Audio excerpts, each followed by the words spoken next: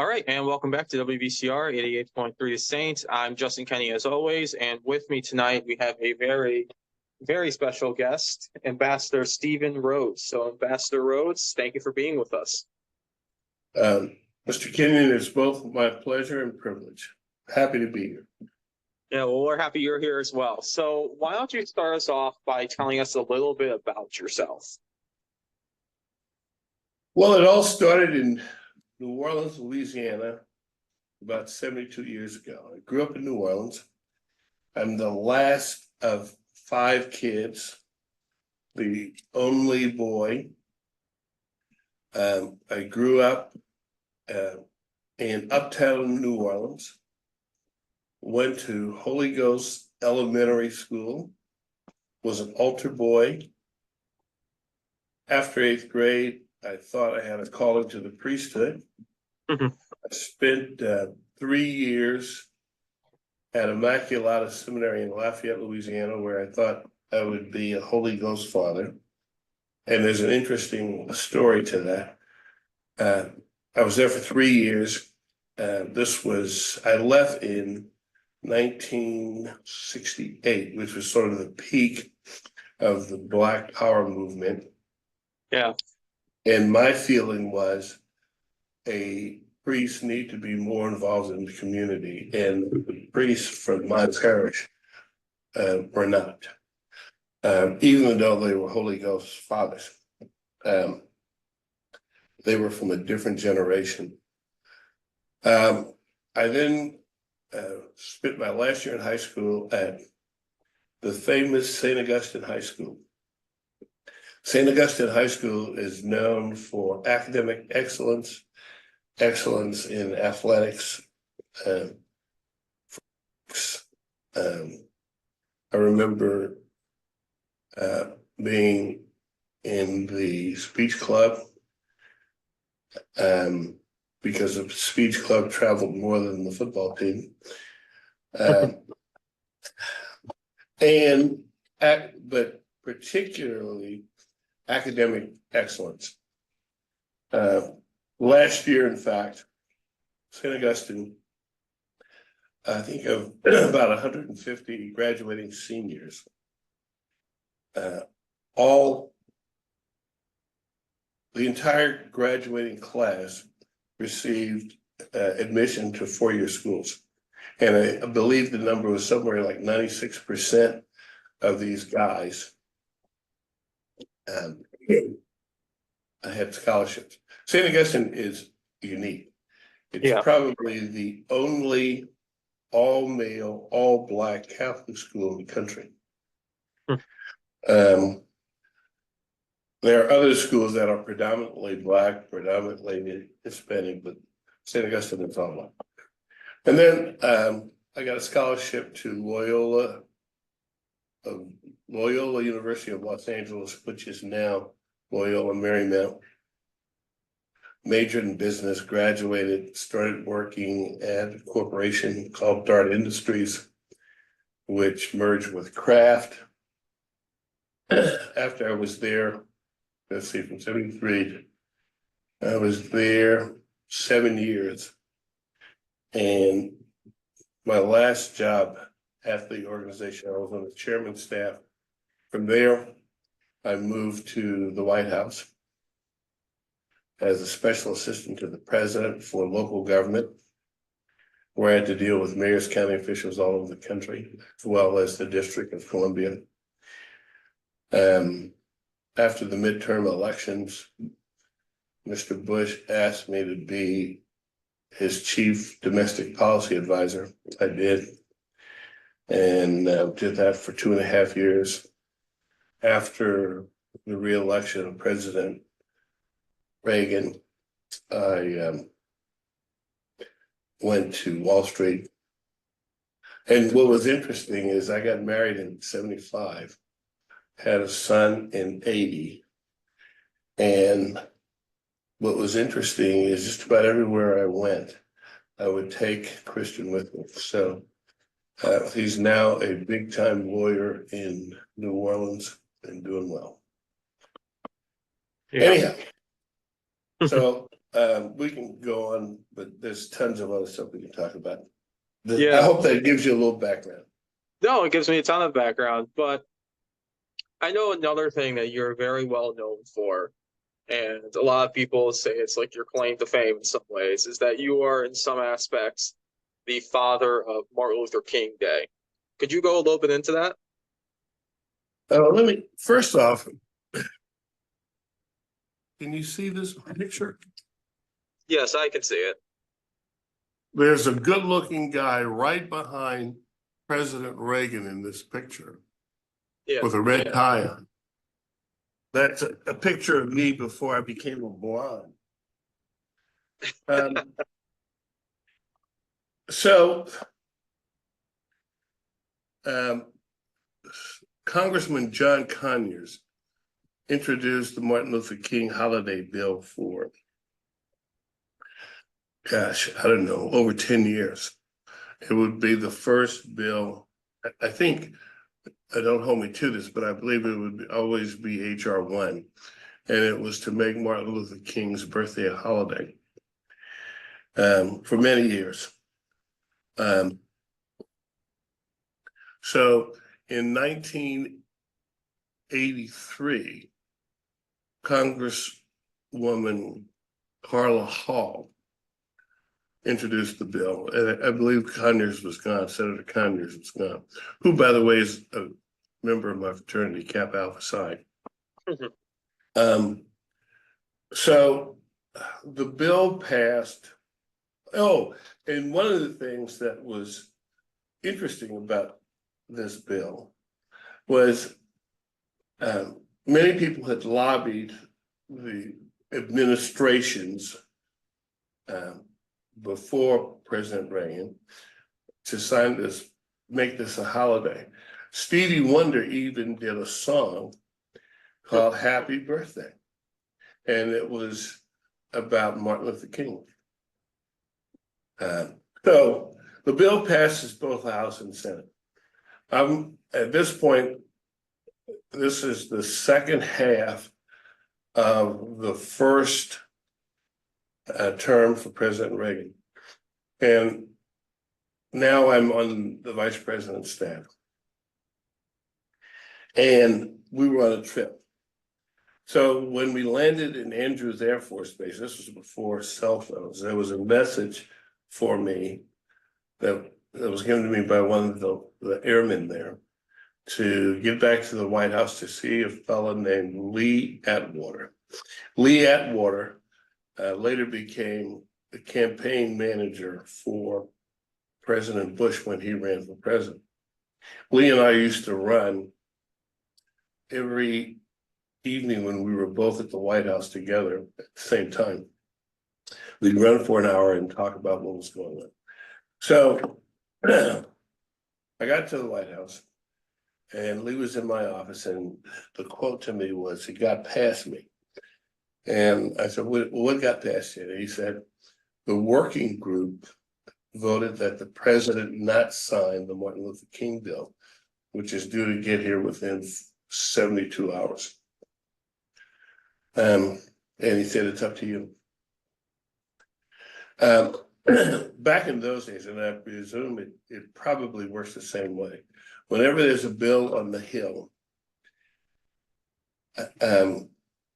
a working group is put together to work with the members on the Hill so that, assuming the bill passes, it's something that the president will be willing to sign. So the working group will work with the Legislative Affairs Office at the White House to shape the bill. So because a holiday affects every department and agency within the federal government, this was a huge working group. So every department and agency would show up in the Roosevelt Room at the White House periodically to track this bill. So after Lee tells me it's up to me, that the working group voted to tell the president not to sign this. there was a sinking feeling in my stomach. I wasn't really sure what to do, because what this was going to require is a deviation from the system. Typically, if the working group made a recommendation to the president, it was something that was really well thought out, and the president would review it, and typically he would go along with it. So what this was going to require was my going to the president and getting his agreement to deviate from what these thought leaders from every department and agency in the federal government wanted him to do. So it was an agonizing night. The next morning, I arrived at the White House a little earlier than normal. So the vice president, this is George Herbert Walker Bush, usually would arrive around 7. National security briefing would begin at 7:30. So when he got into his office in the old executive office building, I was already sitting there. And he said, "Hey, Steve, what are you doing?" I said, "I'm here to let you know that I'm probably going to have to resign." He thought I was kidding. And when he saw that I wasn't, he said, "Well, what's going on?" So I told him about what's happened with the working group. And I said, we can't let this happen because this is not in the best interest of the president. If the president doesn't sign this bill that flew through the House and the Senate, I think there were probably less than 10 dissenting votes. And part of those might have been because members who didn't vote, they weren't available. But there were some dissents. I said, but it was such an overwhelming majority. If the president doesn't sign this, he's going to go down in history as a racist. I said, this is the first time in the history of the New World that we have an opportunity to celebrate a Black man who brought about significant social change in our country in a nonviolent fashion. We've been on the wrong side of affirmative action. The policy shop has confused quotas with affirmative action, and that's not what affirmative action is. There's been controversy over voting rights, and now if the president doesn't sign this bill, he's going to go out in history as a racist, and I don't want to be a part of that. So he said, okay, well, let's see what we can do. So he goes to the national security briefing, and when he's done, he says, "Come with me." I said, "What do you want me to do?" He said, "Let's go see Mike." This was Michael K. Deaver. Mike Deaver was from California. And it just so happened that when I was at Dart Industries, Mike was the only consultant that I'd ever hired. Mike and a guy named Peter Hannaford worked for Governor Reagan, and they handled all of his PR, the speeches, and that kind of stuff. And Mike is the guy who actually invited me to join the White House at the inaugural ball, 1981, January 20th, 1981, at the California inaugural ball. So, and I knew Mike very well. So the vice president and I go to Mike's office in the West Wing, and he says, "Tell Mike what you told me." So I did. I repeated the story. And Mike said, "Well, if you feel that strongly," and he reaches to a door that's obviously an arm's length from his desk where he is. He opens the door, and it's a door that goes into the Oval Office, and sitting at his desk is the president. He says, if you feel that strongly about it, good, let's go tell the man. So the Vice President of the United States, Michael K. Deaver, and I walked in, and we're standing in front of the president, and Mike says, tell the president what you told me. And I reiterated the story. There's a little funny anecdote. I had the president of the United States sees a lot of people every day. And I was one of, I don't know how many staffers. And I had a tendency to always introduce myself to him whenever I saw him. So as we walk in, I said, good morning, Mr. President, Steve Rhodes. He looked at me and he said, Steve, why do you always introduce yourself to me? I said, I don't know, sir. So anyhow, I go through the story. And when I'm done, President Reagan says, well, I'll sign it. And at that point, Mike says, okay, and you're going to be the action officer. And I said, Mike, I can't be the action officer. I'm an assistant to the vice president. This should happen through Faith Whittlesey's shop, either Faith or a guy named Mel Bradley, who was responsible for minority affairs, said one of them ought to be the action officer. And Mike says, well, they didn't bring this to the attention of the president, so you're going to do it. And at that point, I looked at the vice president and he smiled. And Mike says to me, you got 72 hours to get this done, so why are you still standing here? So I go back to my office and I had a staff at that point of about 5 people. I don't know, 5 or 6 people. And I told the staff that the president's going to sign the Martin Luther King bill. We got, it's going to happen in 72 hours. We have a lot of flexibility and latitude as to where it'll take place. And it will happen. We're going to do it in the Rose Garden. And I believe that was the first time there was ever a bill signing in the Rose Garden. So we went to work. I got to tell you, Terry Oliver Reed, who is in Dallas now, Hope Keating, who's a big-time lawyer in Florida. Hope, by the way, he was responsible for, Terry was my executive assistant. Hope was responsible for all domestic mail that came to the vice president.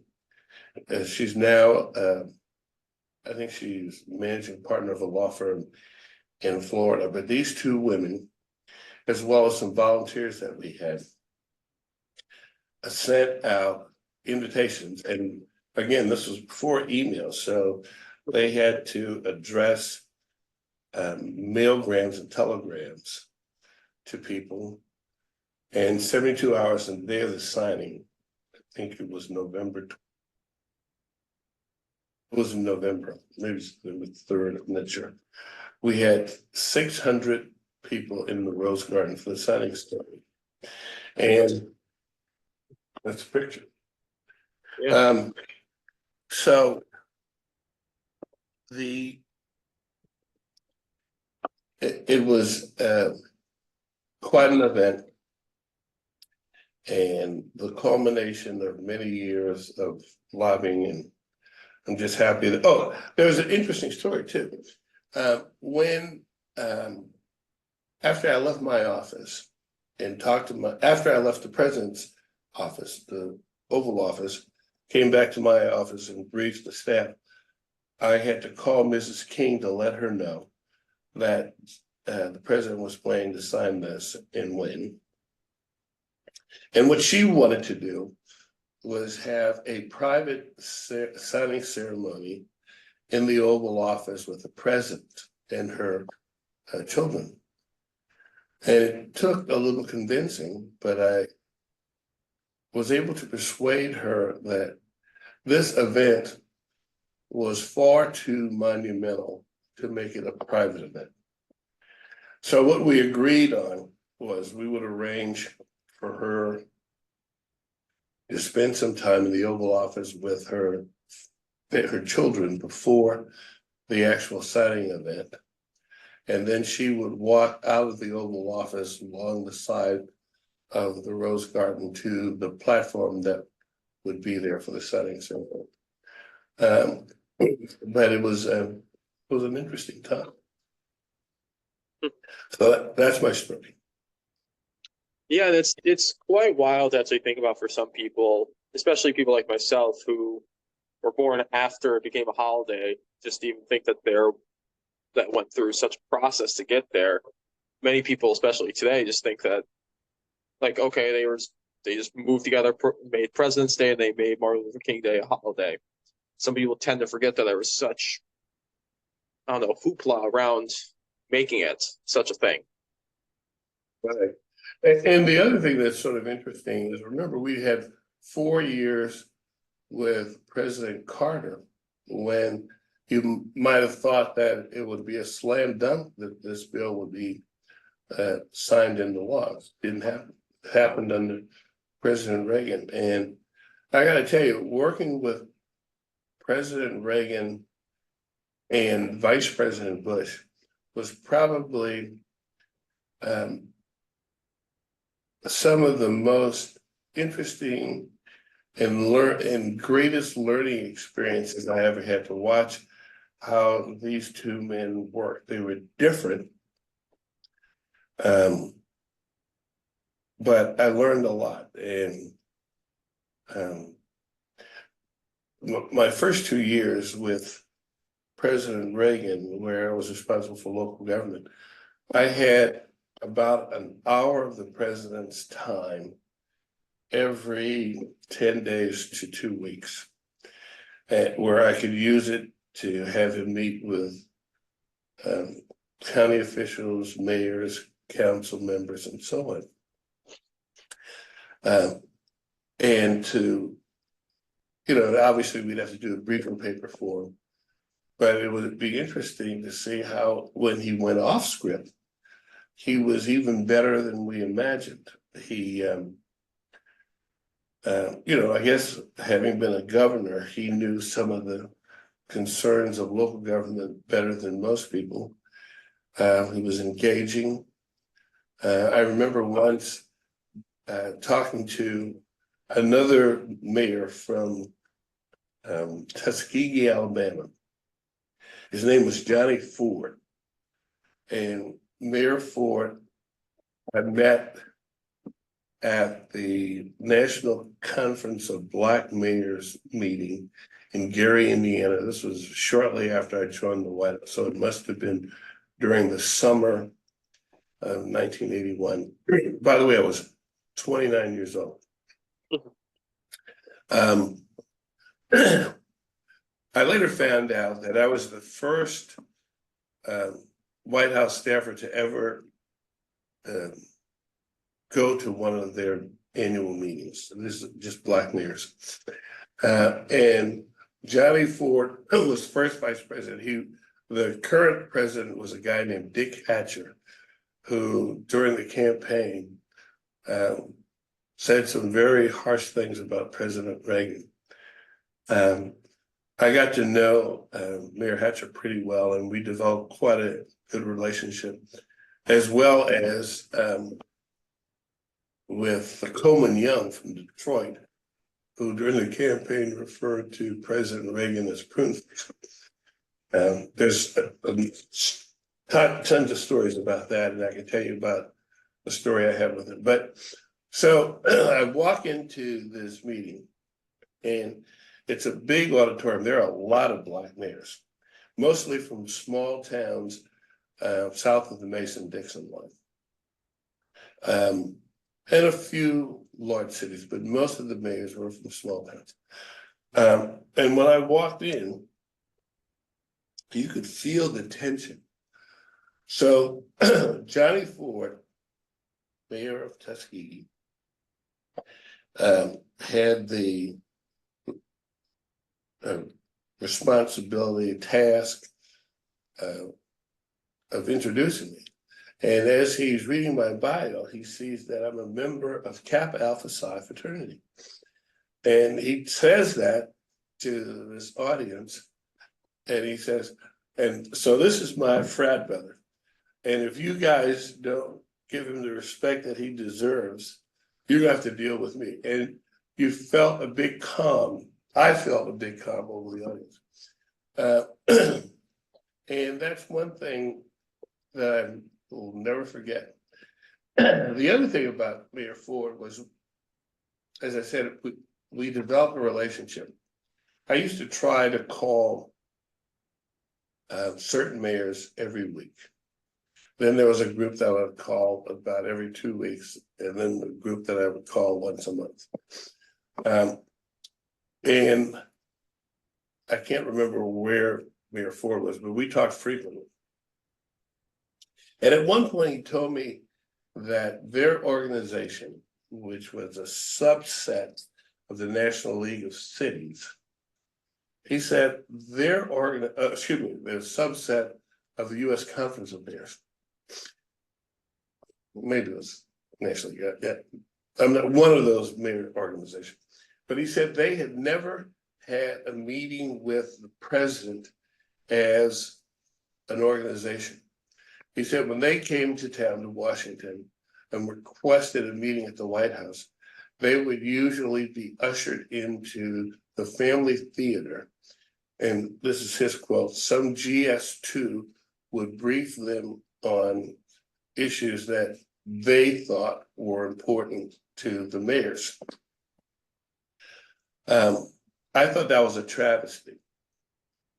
Now, remember, most of these mayors, if not all, were Democrats. This is the Republican administration. But my thinking was the president of the United States represents all the people and has, as his representative in local government, I felt a strong commitment to make sure that he heard the points of view from everybody. So while I was in this capacity, we arranged a meeting of the leadership. So this would be like Mayor Ford, who was president. They would have a first vice president, second vice president, so on, and their board. So we arranged a meeting for them in the cabinet room with Sam Pierce, who was Secretary of HUD, trying to remember who was Secretary of HHS. I can't remember now. I think he was the former mayor or senator from Pennsylvania. We had Secretary of Transportation, the vice president was there. And they had an opportunity to deal with the cabinet secretaries that were important to them. They could express their concerns. And remember, we were going from categorical grants to block grants. And there was a lot of concerns about civil rights protections for those funds. So the mayors met with cabinet ministers that were important to them for programs that they received through funds through programs that these cabinet ministers were responsible for. And then in comes the president. The meeting lasted well over an hour because the president was only supposed to be there for 20 minutes. Jim Baker was chief of staff, James A. Baker III, wonderful guy. I remember Jim came in twice to get the president to leave for another meeting. And the president said, I'm coming, Jim. And at the end, all these mayors had a great meeting with the president to the point where they started telling jokes among themselves, and the president would go back and forth with them.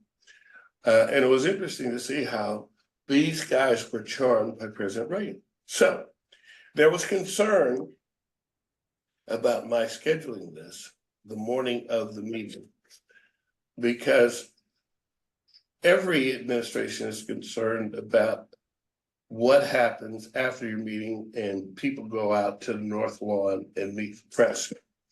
So the press knew that President Reagan was meeting with these black mayors, all of whom were Democrats. So they knew they were going to have great stuff to air that evening on the news. So the press corps that met them as they left the West Wing was huge. I'd never seen that many people for a meeting that I had, and I'd always go out with them. These guys were so honest about their meeting that you would have thought that they had been supporters of the president during the campaign. They talked about the fact that this was the first time they'd ever had an opportunity to sit down with cabinet secretaries, the vice president and the president, to voice their concerns. They talked about how the president told them, be in touch with the cabinet secretaries directly. If you have any problems with them, call Rhodes or me, and we'll resolve the problem. And they said this is the first time that's ever happened to them. So by the time the evening news came on, I had the TV on in my office because I wanted to see this on the news. Would you believe it didn't make the news? Nobody ran that press conference that night. So when people talk about the national media, this has been something that's gone on for years. Yeah. It was a great story. It would have been a great story, but it's not the story that the media wanted to tell. Yeah. It's so, I mean, like, with that, there's a lot to unpack there because not many people really know about the interactions with both the federal government and local governments. Most people tend to think that local, state, and federal government all are just separate entities that don't interact with each other unless if there's like something catastrophic like a hurricane that happens. But since we do have such a limited time here, I do want to move ahead a little bit. Go ahead. And obviously, your title is ambassador, and not many people may know you from being an ambassador. So, would you be able to tell us a little bit about your time as an ambassador? Like, where were you ambassador for? What did you do as ambassador? Well, first off,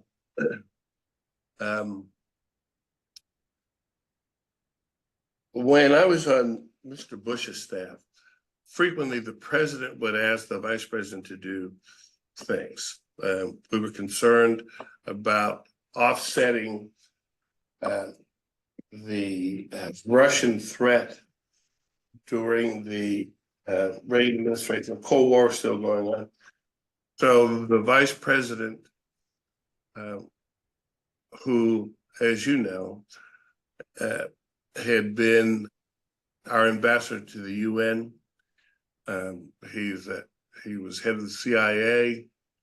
He was our representative to China. He knew a lot of these foreign leaders. So I remember being on a trip with him when we visited Northern Europe around this time of the year to locate cruise missiles to offset the Russian threat. And as I said, frequently the president would ask the vice president to do things. And if they were domestic in nature, he would talk to me and we'd figure out a way to do it. So he thought of me as a problem solver. To make a long story short, we had a problem with Zimbabwe. They were rotating onto the Security Council. And we didn't have a working relationship. We needed a working relationship. So Chase Untermeyer, who was assistant to the president for personnel, called me, and I'd been avoiding him for some time. So anyhow, President Bush called my mother and told her that I was avoiding Chase. He wanted me to go to Zimbabwe, and he just wanted her to know that he was going to call me himself. And he did. So I was getting my car serviced, and I get this call, and the woman on the switchboard says, "There's some nut saying they're from the White House, Mr. Rhodes." So I pick up, and sure enough, Mr. Rhodes, White House switchboard, we have the president of the United States for you. So that's how I found out that I was going. So the deal was, Zimbabwe used to be Southern Rhodesia, and Rhodesia and South Africa had horrible laws and racist governments. They had a terrible civil war for freedom for Black Zimbabweans. And I was the fourth ambassador. What I realized was this was not going to be easy. So before I got there, I called Ambassador Andy Young and asked him if he would call ahead and let President Mugabe know that I was a good guy and I was okay. If you recall, Ambassador Young had also been mayor of Atlanta. So here's essentially what happened. It takes a while when an ambassador arrives in a country, he isn't official until he can present his credentials to the head of state. We had an ambassador in Zimbabwe who wasn't able to do that for 6 months. I arrived on a Monday, and I presented my credentials to President Mugabe Thursday of that week. But in the meeting, after you present your credentials and you have I was able to bring my senior staff, all people who report to me, and the president had his senior staff. Nathan Shemi was the foreign minister and permanent secretary. So it's an opportunity for you to spend 20 minutes for the first time with the head of state. So after about 2 minutes, we found that President Mugabe and I had a lot of similarities. When I was in the seminary, it was run by the Marist priest. He was educated by the Marist. His father was a carpenter. My father was a carpenter. And after we got through with that little chit chat, and he was sitting right next to me on my right side. I said, "Mr. President," I said, "President Mugabe, what are the 3 most important things that the government of the United States can do for the people of Zimbabwe?" And he turned away from me and sat back, and I thought I'd done something wrong.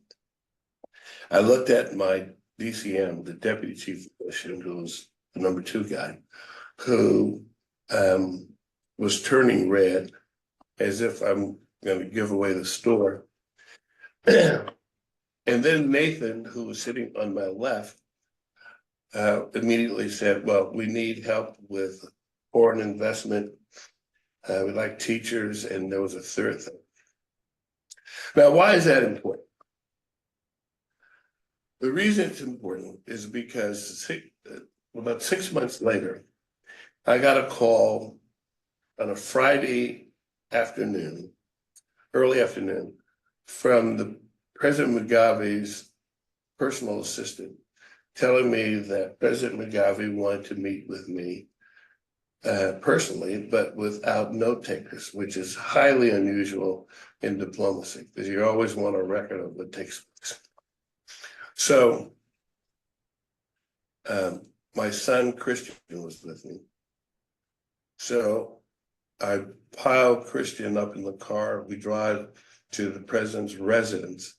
And as we enter the property, it's a long driveway. We see President Mugabe standing there waiting for us. So we drive up, and as I stop the car, Christian opens the back door and a soccer ball falls out. And he and President Mugabe begin to dribble the soccer ball. Christian played soccer, so did Mugabe. And they're kicking the ball back and forth as we're walking into the residence with all these priceless artifacts. And I'm thinking to myself, my child's going to break something that I can't replace. Fortunately, he didn't. So what was significant about this meeting was I thought it was going to be, I had no idea what he wanted to talk about, but I didn't think it would last more than 20 minutes. The meeting lasted over 2 hours. And in the course of those 2 hours, he talked to me about the plight of the country. And I'll never forget one of the things that he said was, the war was fought to determine who's going to control the land. We won the war, and the Rhodesians still control the land. So land use was an issue. But the other thing that he said to me that was significant, and I think what brought about this feeling of comfort with him was he said, I was the first ambassador from the North to refer to him as President Mugabe and ask him what he needed from us.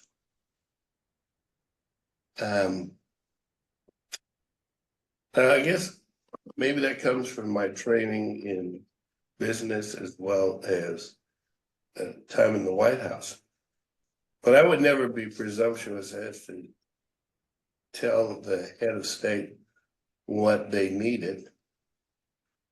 But what got me was he said, I was the first ambassador from the North to refer to him in that first meeting as President Mugabe. So we went on from there. We were able to bring in, negotiate investment contracts through USAID. We were able to get the Peace Corps in, where people had historically thought that they were all CIA agents, and things went well. Yeah, that's quite interesting how just sometimes the small little details can help kind of broker relationships. And you kind of think that most ambassadors would actually use the proper titles when talking to heads of state, but I guess not. Well, that was also something that I learned from 41, George Herbert Walker Bush. He used to always say, you have to have respect for the office. And we did, I did. So, and that's something that your listeners should remember.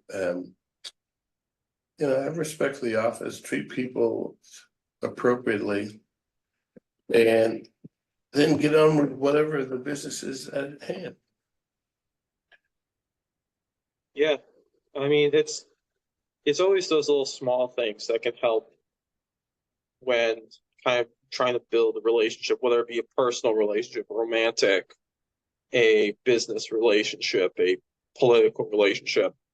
And I think those are sometimes things that can kind of get lost in the shuffle, and they're very important to remember.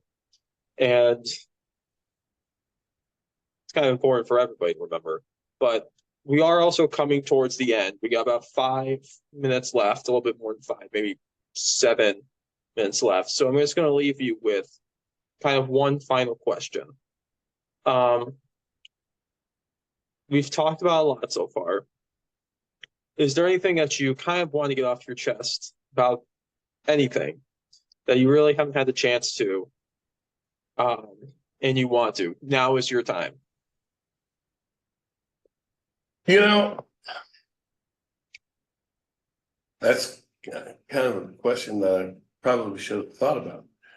You know, if anything, I would say that at my age now, I'm not the same guy that I was earlier in my life. Yeah. I listened to a podcast some time ago where a Catholic priest was talking about how over time that people reach their peak in whatever they're going to do professionally sometime between 30 and 50. I knew a guy who's since passed on who was chairman of the Civil Rights Commission named Art Fletcher. By the way, Art Fletcher put in the first affirmative action plan following the civil rights legislation, and he did it at the shipyards in Philadelphia. But he divided life into 4 quarters. Art had played professional football and professional basketball. And he said life is divided into 4 quarters, and they're in 18-year segments. He said the first 18 years, you're supposed to learn how to read, write, think, express your thoughts in writing. The next 18 years, you're supposed to take what you've learned in your education and find your place in the world. The third 18 years, you should, at that point, know who you are and strive, and go full speed, because that's what you are, and now you're good at it.